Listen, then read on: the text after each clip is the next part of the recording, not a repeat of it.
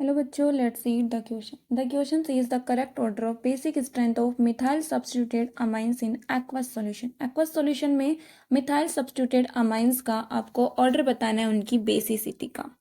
ठीक है, तो इस क्वेश्चन का हम देख लेते हैं क्या की कॉन्सेप्ट. जब भी हम कभी एलिफैटिक सब्स्टिट्यूटेड अमाइंस की बात करते हैं, इनके बेसिक नेचर की बात करते हैं, तो इनका बेसिक नेचर कंट्रोल होता है 3 फैक्टर से. पहला फैक्टर होता है इंडक्टिव इफेक्ट, राइट. सेकंड होता है स्टेरिक इफेक्ट, और थर्ड होता है आपके पास सॉल्वेशन एनर्जी, या फिर आप हाइड्रेशन एनर्जी भी बोल सकते हो, सॉल्वेशन एनर्जी. ठीक है, वन बाय वन हम तीनों इफेक्ट को समझते हैं और फिर कंक्लूड करते हैं कि कौन सा ऑप्शन करेक्ट होगा. पहला इफेक्ट था इंडक्टिव इफेक्ट. हम क्या जानते हैं कि बेसिसिटी या अच्छा बेस वो होता है जो इजीली क्या कर दे, प्रोटॉन को क्या कर ले, एब्स्ट्रैक्ट कर ले. ये मैंने लिखा प्राइमरी अमाइन, फिर मैंने लिखा सेकेंडरी अमाइन, और एक मैंने लिखा टर्शरी अमाइन. ये जो अमाइंस के जो आर ग्रुप है ना, ये जो अल्काइल ग्रुप है, इनका प्लस आई इफेक्ट लगता है. मतलब कि ये प्लस आई इफेक्ट शो करते हैं, इलेक्ट्रॉन रिलीजिंग इफेक्ट शो करते हैं. आप देखोगे कि लेफ्ट से राइट जाने पर प्लस आई की पावर क्या कर रही है, इंक्रीज कर रही है. दैट मीन्स बेसिसिटी भी क्या करेगी, इंक्रीज करेगी. तो on the basis of inductive effect 3 degree greater होगा 2 डिग्री से, और 2 डिग्री ग्रेटर होगा किससे, 1 डिग्री से.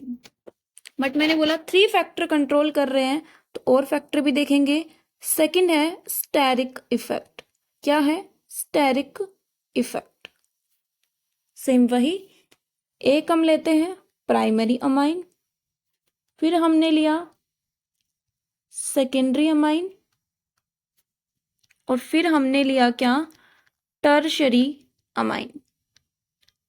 आप देखोगे लेफ्ट से राइट जाने पर स्टेरिक हिंड्रेंस क्या कर रहा है, इंक्रीज कर रहा है. या मैं क्या बोल सकती हूँ, number of alkyl group increases. Number of alkyl group increases. अगर number of alkyl group increase कर रहे हैं, क्राउडिंग इंक्रीज कर रही है नाइट्रोजन एटम की तरफ, तो ये जो आपके पास लोन पेयर डोनेट करने की एबिलिटी है ना, ये क्या कर जाएगी, डिक्रीज कर जाएगी. That means according to steric effect आपके पास 1 डिग्री की बेसिटी ज़्यादा होनी चाहिए 2 डिग्री से, और 2 डिग्री की बेसिटी ज़्यादा होनी चाहिए 3 डिग्री से.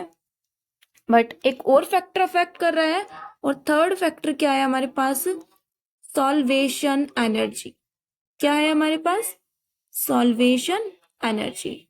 सॉल्वेशन एनर्जी का मतलब क्या है कि कितना अच्छी तरीके से आपके जो H+ है ना, वो सॉल्वेट कर ले किसको, आपके अमाइंस को.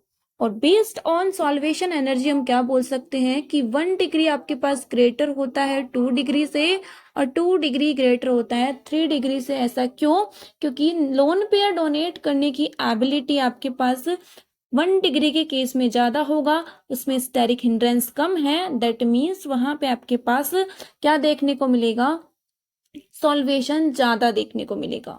ठीक है, तो यहाँ पे आपके पास बोला गया है ओवरऑल ये कहा जाता है कि overall basicity of amines in case of methyl substituted, ये बोला जाता है कि अगर आपने लिया एक्वस सॉल्वेंट या फिर पोलर प्रोटिक सॉल्वेंट, तो उस केस में 2 डिग्री अमाइन मोर बेसिक होते हैं 1 डिग्री से, और 1 डिग्री मोर बेसिक होते हैं 3 डिग्री से. ये होगा करेक्ट आंसर. अब देखो, ये क्या है आपके पास 2 डिग्री अमाइन, ये क्या है आपके पास 1 डिग्री अमाइन, और ये क्या है आपके पास 3 डिग्री अमाइन.